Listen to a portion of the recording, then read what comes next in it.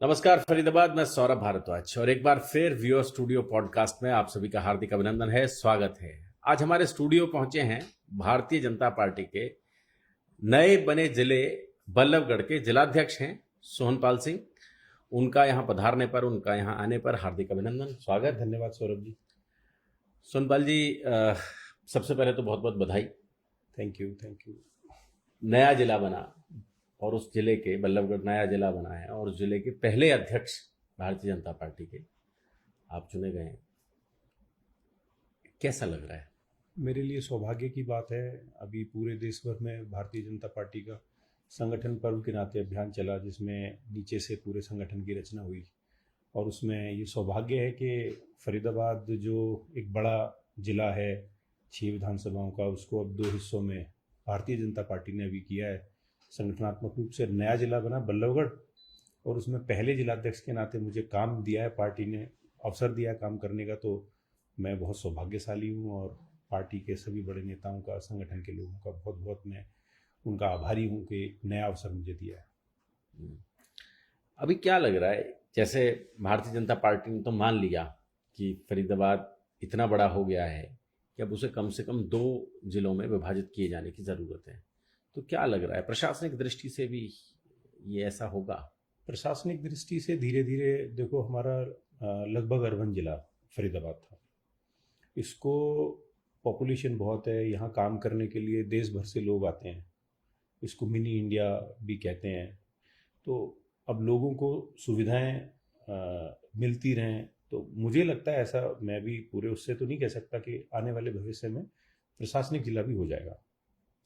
मांग तो उठती रही है इसको लेकर। मांग उठती रही है। पहले मूलचंद जी ने भी एक बार मुख्यमंत्री जी से कहा था और मुझे लगता है क्योंकि लोगों को प्रॉपर सुविधाएं मिलें, सबकी ज़रूरतें होती हैं, क्षेत्र बड़ा हो गया, जनसंख्या के हिसाब से बहुत बड़ा जिला है, तो शायद सरकार इस बारे में, मिनी सेक्रेटरीट तो वैसे ही बना वो है। सारा प्रशासनिक जो चीज़ें ज़रूरत होती हैं वो सब पहले से बनी हुई हैं। तो बल्लभगढ़ भी नए जिले के रूप में आने वाले समय में देखने को मिलेगा। बीजेपी ने अपनी दृष्टि से पहले बना लिया, अपनी दृष्टि से बना लिया, अपनी दृष्टि से पहले बना लिया।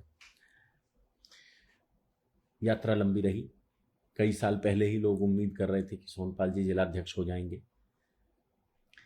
ये जैसे कार्यकर्ता की अपनी उम्मीद करने से या उसके समर्थक चाहने वालों की उम्मीद करने से नहीं होता। भारतीय जनता पार्टी में कब किस कार्यकर्ता को क्या अवसर देना है, ये हमारे बड़े नेता, संगठन में आपके काम का अनुभव, इस सब के आधार पर तय होता है। तो मुझे ये अवसर मिलना था, अब मिला है। आमतौर पर होता है कि लोग संगठन की राजनीति से इलेक्ट्रोल पॉलिटिक्स में जाते हैं, पर सोहनपाल जी इलेक्ट्रोल पॉलिटिक्स से संगठन की राजनीति में आ रहे हैं। मैं फिर वही कहूँगा, आप राजनीति को बहुत बारीकी से देखते हैं सौरभ जी। तो भाजपा में ये कल्चर नहीं है कि मैं तय करूँ, मेरी पार्टी तय करेगी कब उसको मेरे से संगठन का काम लेना है और कब पार्टी में चुनावी राजनीति के लिए कोई मौका देना है। पहले चुनावी राजनीति में अवसर दिया, फिर उसके बाद संगठन में। ऐसा नहीं है कि मैं पहले संगठन में नहीं था, मैं युवा मोर्चा जिलाध्यक्ष के नाते मैंने काम किया है, भारतीय जनता पार्टी में जिले के महामंत्री के नाते काम किया है, फिर मैंने प्रदेश में किसान मोर्चा प्रदेश महामंत्री के नाते काम किया है, प्रदेश कार्यकारिणी सदस्य रहा। तो पार्टी के हमारे लोग तय करते हैं आपके अनुभव के आधार पर कि कब कौन सा अवसर आपको देना काम करने के लिए। तो इस बार बल्लभगढ़ में जिलाध्यक्ष के नाते काम मिला है। कैसा रहेगा बल्लभगढ़? बिल्कुल नया बनाना है सब कुछ। पहले से जैसे संगठन मौजूद है उसको 3-3 विधानसभाओं के 2 जिले कर दिए। और फरीदाबाद को हमेशा से आप देखेंगे सौरभ जी के फर्टाइल लैंड है, फर्टाइल डिस्ट्रिक्ट है इन टर्म्स ऑफ बीजेपी के लिए अगर देखा जाए तो। हमेशा से यहाँ भाजपा के नगर निगम में हो, सांसद हो, विधायक हो, ये अच्छी जीतते हुए उनकी जीत हुई है। हरियाणा सरकार यहीं से बन रही है। हाँ, हमेशा ये ऐसा अच्छा जिला है, कार्यकर्ता नीचे तक हैं। आप देख रहे हो कि पीछे लंबे समय से पार्टी ने संगठन को नीचे पन्ना प्रमुख तक पहुंचाने के लिए कार्यकर्ताओं ने बहुत परिश्रम किया है, तो वो चीज़ें हैं। नया जिला बना है तो स्वाभाविक है कि नए सिरे से चीज़ें, वो नए कार्यकर्ताओं को चयन होगा, ज़्यादा लोगों को अवसर मिलेगा काम करने का, क्योंकि भाजपा में एक निश्चित है कि एक डिस्ट्रिक्ट में कितने दायित्व दिए जा सकते हैं, कितने उपाध्यक्ष होंगे, महामंत्री होंगे, मंत्री होंगे। अब 2 जिला होने के कारण मोर्चे भी हैं, बहुत सारे मोर्चे भी हैं, तो 2 जिला होने के कारण ज़्यादा कार्यकर्ताओं को अवसर मिलेगा काम करने का। ज़्यादा कार्यकर्ताओं को अवसर मिलेगा। निश्चित रूप से बड़ी भूमिका रहेगी। हाँ जी, सब कुछ नए सिरे से बनाना है। नए सिरे से। अभी लगातार भारतीय जनता पार्टी तो वैसे भी कुछ अलग तरह से सोचती है, और पिछले पिछले इतने सालों में पहले ही पार्टी है, पॉलिटिकल पार्टी है जिसने अपने कार्यालयों के बारे में सोचा कि हम लोग जो पार्टी के लिए कहीं कार्यालय बनाए। आमतौर पर किसी नेता के माध्यम से कोई जगह ले ली जाती थी और वहाँ पे वो कार्यालय बन जाते थे। जैसे कांग्रेस का हमने देखा, B.R. ओझा जी यहाँ होते थे जिलाध्यक्ष, तो उनका ऑफिस ही कितने साल तक कांग्रेस का जिला मुख्यालय रहा। लेकिन पहली बार भारतीय जनता पार्टी ने इस तरह का सोचा कि हम लोग अपने जिले बनाएं, अपने मुख्यालय बनाएं जिले में, और उनके माध्यम से पार्टी को संचालित करें। तो निश्चित रूप से कहीं ना कहीं ये एक तरह से संगठन को महत्व देने की बात थी। कार्यालय होने से क्या है ना सौरभ जी, जैसे आपका काम है तो आपका कार्यालय है, कार्यालय होने से आपके काम को गति मिलती है।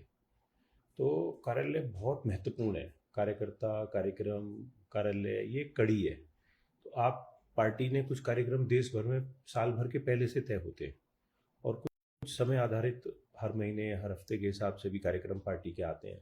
आप देखोगे कि पार्टी जिस दिन हमारी पार्टी की फिर से तीसरी बार सरकार बनी, अगले दिन से फिर कार्यक्रम तय हो गए, संगठन के कार्यक्रम तय हो गए। तो किसी रेस्ट मोड पर पार्टी नहीं जाती है, और ये इसी गति से काम चलता रहे, इसके लिए स्वाभाविक है कि अपने कार्यालय होने की जरूरत महसूस होती है। देश भर में पार्टी ने जैसे जैसे स्थान उपलब्ध होते रहे, वहाँ अपने कार्यालय सब कार्यकर्ताओं के सहयोग से वहाँ खड़े हुए हैं। तो यहाँ भी अब हमारे 2 जिले हो गए। अभी तक तो ये कार्यालय है, तो नया कार्यालय हम बल्लभगढ़ जिले के हिसाब से उसके लिए जगह तलाशेंगे, उसमें थोड़ा समय लगेगा, तो कुछ फिलहाल कहीं से काम चलाएंगे। लेकिन आगे भविष्य की योजना है, भविष्य की pipeline योजना बनेगा। है। हाँ, वो निश्चित योजना है कि बल्लभगढ़ का एक अलग कार्यालय बनेगा। अब जो राजनीति इस समय देखी जा रही है, इस समय कांग्रेस बिल्कुल अलोप सी हो गई है, और इस समय क्या लग रहा है, भाजपा के लिए चुनौतियां भाजपा से ही आएंगी? भाजपा, सौरभ जी, मैं फिर वही कि आप राजनीति बहुत बारीकी से देखते हैं, समझते हैं।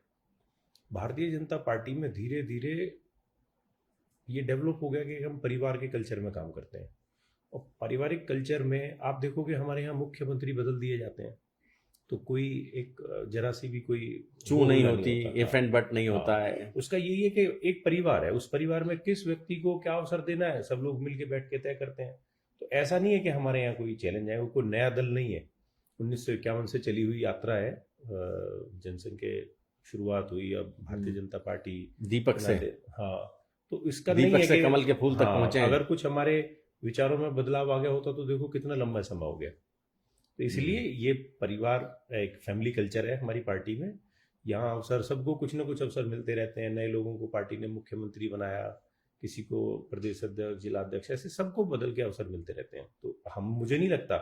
रही बात आप अभी कांग्रेस का देखो, कांग्रेस के लोगों को अपने दल की चिंता उन्हें करनी है। हमारा एक सेट परफॉर्मर पूरे देश में ऑर्गेनाइजेशन को नीचे तक ले जाने का, उसमें हम लगातार लगे रहते हैं। पन्ने तक ले जाने का। हाँ, उसमें हम लगातार लगे रहते हैं। पन्ना प्रमुख बहुत महत्वपूर्ण इकाई है। जब कोई कार्यक्रम तय होता है पार्टी का, चुनाव आता है, कोई निगम का चुनाव हो या विधानसभा का चुनाव हो, लोकसभा का चुनाव जी। हो, पन्ना प्रमुख तक का कार्यकर्ता हमारा उसमें सक्रिय भूमिका निभाता है। तो इसलिए अब लोगों को लगता है तरह तरह की बातें, विपक्ष के दल, वो आप देखोगे ईवीएम से हो रही है जी, हाँ, मशीनें वो बदल कहीं रही जब उनकी सरकारें बन जाती हैं तब ईवीएम ठीक होती है, और जहां वो जो बेसिक प्रॉब्लम है अपनी, उसको ठीक नहीं कर रहे। आप देखोगे हरियाणा में इनके संगठन का क्या हाल है। संगठन नहीं है। आप ये नीचे तक, हम लोग एक गली में हमारा नेता कौन है, हम लोग ये तय करके बैठे हैं। वो जिलों में और प्रदेश में उनका नेता तय कौन है, यही नहीं पता उनको। जिला स्तर पे, प्रदेश स्तर पे, ब्लॉक स्तर पे उनके नेता कौन है, कौन संगठन का काम देख रहे हैं, उनको ये नहीं पता। हमारे गली में हमारा कार्यकर्ता कौन, निश्चित तय कार्यकर्ता है, और राष्ट्रीय कार्यालय तक उसके बारे में जानकारी है। अगर मैं पन्ना प्रमुख हूँ अपने बूथ पे किसी पन्ने का, तो मेरे बारे में राष्ट्रीय कार्यालय तक जानकारी है, वो रिकॉर्ड में है, वो रिकॉर्ड में है। ये बेसिक डिफरेंस पैदा हो गया है। ये बेसिक डिफरेंस है। हमारा वर्क कल्चर अलग है दोनों पार्टियों का। वो हमेशा अपीजमेंट की राजनीति करते रहे, और उनको लगता है उन्हीं मुद्दों के सहारे उनकी सरकारें आएंगी। लेकिन अब देश की जनता, जैसे जैसे एजुकेशन बढ़ रही है, लोग जागरूक हो रहे हैं, भला बुरा लोग सब तरीके का समझते हैं, तो वो हमारे विचार के साथ अब देश की जनता खड़ी है। क्षेत्रीय दलों का क्या लग रहा है आपको? ये नहीं रहेंगे? क्षेत्रीय दलों का, देखो मैं कोई ऐसी विशेष टिप्पणी नहीं करूंगा। क्षेत्रीय दलों का उनको अपना दल चलाने की उनको खुद को स्वतंत्रता है। मैं तो अपनी पार्टी के बारे में, अपने विचारों के बारे में बात करूंगा। नहीं, फिर भी बारीकी से देखते हैं, इतना बड़ा अब उनकी राजनीतिक हालत आप दल है। देख सकते हैं, इतने लंबे समय तक सरकारों में रहे, उनके मुख्यमंत्री रहे, उप मुख्यमंत्री रहे, उनके क्या हालत है, उन्हीं के क्षेत्र की जनता ने उनको कहाँ तक पहुँचा दिया। तो इसका विश्लेषण वो खुद करें। डेवलपमेंट की पॉलिटिक्स चलेगी, प्रो नेशन पॉलिटिक्स चलेगी। इसके अलावा जनता देश की, प्रदेश की कोई और मुद्दे स्वीकार नहीं करेगी। ना देश में जाति आधारित राजनीतियां होंगी। अब लोगों को अपने गांव में, अपने शहर में डेवलपमेंट चाहिए, नेशन का प्राइड चाहिए, और मुद्दों से अब जनता का ध्यान नहीं जाता और मुद्दों पे। अभी हरियाणा में या पूरे देश में नया परिसीमन होना है।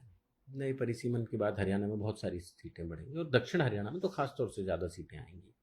तो क्या लगता है कि जो राजनीति का केंद्र अभी रोहतक और जींद होता है, वो कहीं दक्षिण हरियाणा की तरफ उसका फोकस हो जाएगा, बिंदु यहाँ हो जाएगा? दक्षिण हरियाणा में ज़्यादा सीटें आने का पॉपुलेशन से कॉन्स्टिट्यूंसी डिसाइड होती हैं, क्योंकि ये गुड़गांव, फरीदाबाद, ये थोड़े सोनीपत, मानेसर वहाँ तक ये थोड़े पॉपुलेटेड डिस्ट्रिक्ट हैं।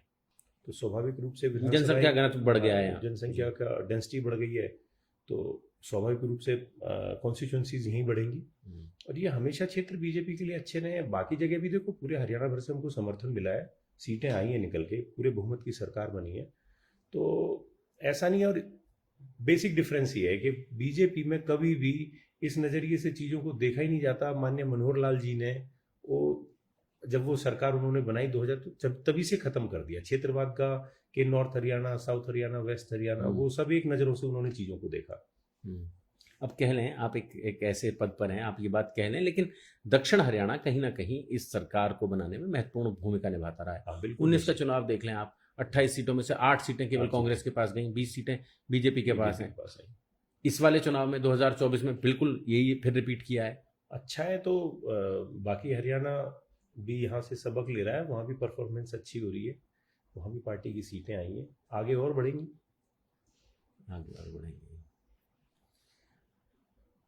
सोनपाल जी, एक बार फिर आपको हार्दिक बधाई। Thank you sir. और अच्छा करेंगे ऐसी हमें उम्मीद है। हमारे पास, देखो मैं सौरभ जी, हमारे पास अच्छा करने संघ के जो तपे तपाए कार्यकर्ता हैं, उनसे उम्मीद रहती है लोगों को भी कि वो कुर्सी पर बैठेंगे तो कुछ अच्छा करेंगे, निश्चित रूप से। हमेशा कहता हूँ कि मैं राष्ट्रीय स्वयंसेवक संघ का कार्यकर्ता होने का मुझे हमेशा गर्व रहता है कि हम संघ से जुड़े रहे। ये हमारे लिए सौभाग्य की बात है। दूसरा, हमारे पास पूरी दुनिया के सबसे लोकप्रिय नेतृत्व है।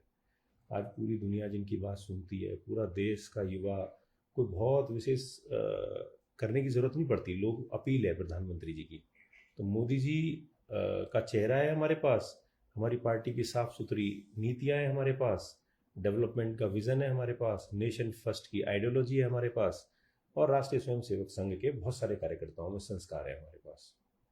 बहुत बढ़िया, बहुत बहुत धन्यवाद। Thank you Saurabh ji, thank you very much. जोड़ेंगे फरीदाबाद आपको ऐसी ही और महत्वपूर्ण चर्चाओं के साथ। बहुत बहुत शुक्रिया।